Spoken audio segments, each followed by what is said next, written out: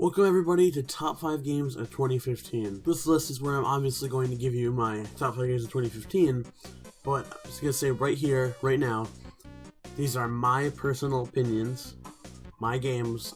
I'm sure you have a list that might be completely different or might be the same, but these are mine, and you can post yours down in the comments. You can be mad at me because I don't have your game on this list. You do whatever. Just keep that in mind. This is my list. It's not meant to offend anyone. So first, we're going to start off with some honorable mentions, and the first honorable mention that I have is Shovel Knight, the Plague Knight DLC. I was really excited for this DLC when it was going to come out. I've been waiting for this for a long time, and Shovel Knight was number 1 on my last year's list, so it was really cool to see it come out. Unfortunately, there were a lot of better games that came out this year, but this game was still so much fun.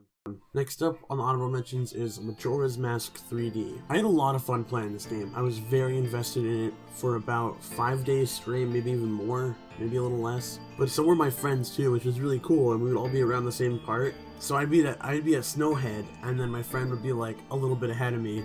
So it was kind of like we were playing together. We would Skype all the time. We had a Skype group going. It was a ton of fun. It also came out with the release of the new 3DS, so that was like a whole new experience for me. And also, this is a game that people have been wanting since the release of Ocarina of Time 3D. Before Ocarina of Time 3D, people wanted a Majora's Mask remake.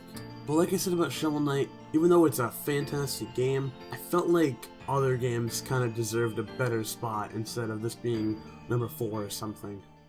So that's why it's an honorable mention. Now this is kind of a weird one, but I thought I'd just throw it on there. The Terraria 1.3 update. Now, Terraria came out back in 2011 or so, but the Terraria 1.3 update came out this summer, and it was so much fun to play. We played it from the day it came out till, I don't know, maybe even August. It was just so much fun to play, and it was definitely our number 1 summer game, or at least what I can call my number 1 summer game. Now that the honorable mentions are out of the way, we can start the list. Number 5 is Rocket League. Now, I actually thought this game came out like late 2014, but it turns out it came out summer 2015, so oops. But this is one of my favorite multiplayer games to play. One of the biggest reasons is because it's cross-platform, so I could play on my PC, while my friend Ben would play on his PS4, and my friend Brendan would play on his PC also. So it's just a lot of fun to play, and I honestly wasn't expecting to have that much fun with it. And also, the game's graphics are amazing. For the longest time, I didn't know really how they stood up, but for Christmas, I got a sweet new graphics card, GTX 950, so now I can play the game in all its beautiful, amazing HD glory, and it just looks so good. Like way better than I expected. If you don't have this game, I definitely recommend getting it. It's on Steam for about $15, and it's on PS4 also. I think it's on Xbox One maybe. If you can get this for you and your friends, go for it. It's so much fun. Next up on number 4 is Triforce Heroes. This is a game I've been looking forward to since the second it was announced. I'm a huge fan of Four Swords Adventures and a huge fan of Link Between Worlds, so putting those together was like a dream come true for me. It was a little upsetting at first on how there wasn't 4 players, but I totally understand why they didn't do that. And honestly, 3 players is kind of better in a way. It's not as chaotic, but it's still extremely fun. And also, trying to find 4 people to play at once would be a little But now you only have to rely on 2 of your friends, so that's nice. I still haven't beaten the game yet because I don't want to play single player, because single player is pretty bad in my opinion. But I still really love this game, and I would definitely recommend getting it. Now moving on, at number 3, Splatoon. This game came out, I think, around the end of May, maybe early June, and I wanted it for a while after it came out. But I didn't have the money to get it, so I had to wait until Christmas or something. But fortunately, I have amazing friends, and my friends all chipped in money to get me Splatoon.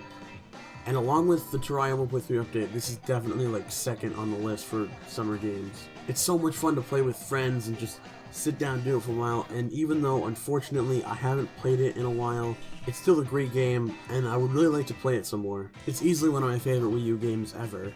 I'll just throw that right out there. That might be a stretch for some people, but I think it's a fantastic looking game, and it's so much fun to play. And I don't like shooters that much, and even though Splatoon's a shooter, but I guess, you know, usually when you say shooter, you think of like Call of Duty. I not really play those games, I'm more of a Nintendo person. So it was kind of a new fresh taste for me, and I'm very glad this game is a thing. Next up on number 2, Xenoblade Chronicles X. never beat the original Xenoblade, but I've always wanted to. I watched my brother play through it, and I got about 20 hours in it by myself, but I still never beat it, and it kind of depresses me, but I'll do it eventually. I love how the game is open world. It's so much fun to just go out and explore and just fight monsters. Even while I'm just talking with my friends on Skype or something, I would be fighting monsters and just running around the Xenoblade world. The game is gorgeous, and there's like basically no loading areas. You can run straight from Oblivia to Noctilum, and there will be like no loading anything. Except for enemies, but you get what I mean. And before I knew it, I had like 50 hours in this game. I know that's not much compared to most people, and my brother even has like 120 hours on this game already, and I bet some people even have like 500 hours or something. But for a game to get me to 50 hours in like a week or two, and I didn't even realize it, I was just playing and having fun, like that's pretty amazing. Now even though I said, you know, Splatoon is like my favorite Wii U game or something, probably shouldn't have said that because I forgot this was on the list. Because Xenoblade Chronicles X is my favorite Wii U game, hands down. There it is, boom. You're welcome. Now moving on to number 1. Everyone saw this coming. This is on everyone's list, and I kind of didn't even want to put it on my list because it's going to be everyone's, but obviously Undertale. Even though Undertale is a very linear game, it's a fantastic game, and it has a fantastic story. I consider it more of like an experience than just a game, because the reason people love Undertale so much, I think, is because the story, the end, the big twist, the big everything.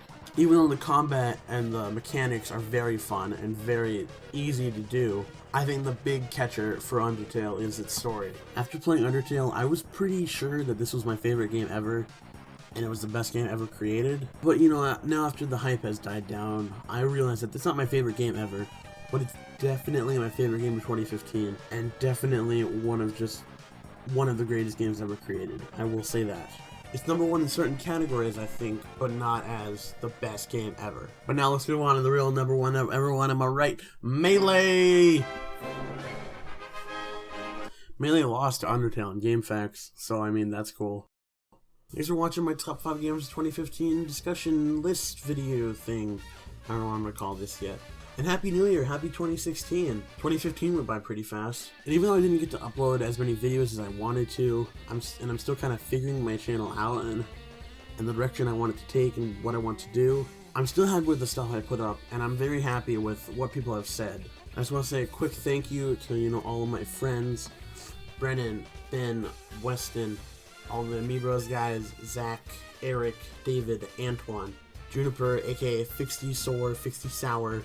Thank you so much for all the help. Even when someone would get annoyed at me talking about YouTube so much, or would just not want to help me out or something, you were always there for me to help me out, help me make my script, help me make the video, just whatever. You talked to me about ideas for a week straight, and you never show any sign of, oh my god, I hate this kid or anything.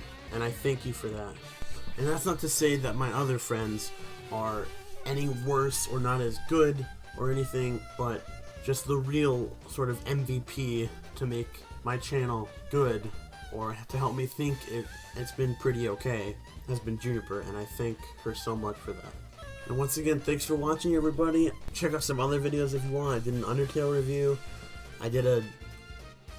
There's another video here. I don't know what it's going to be yet. But I'll catch you next time. See ya.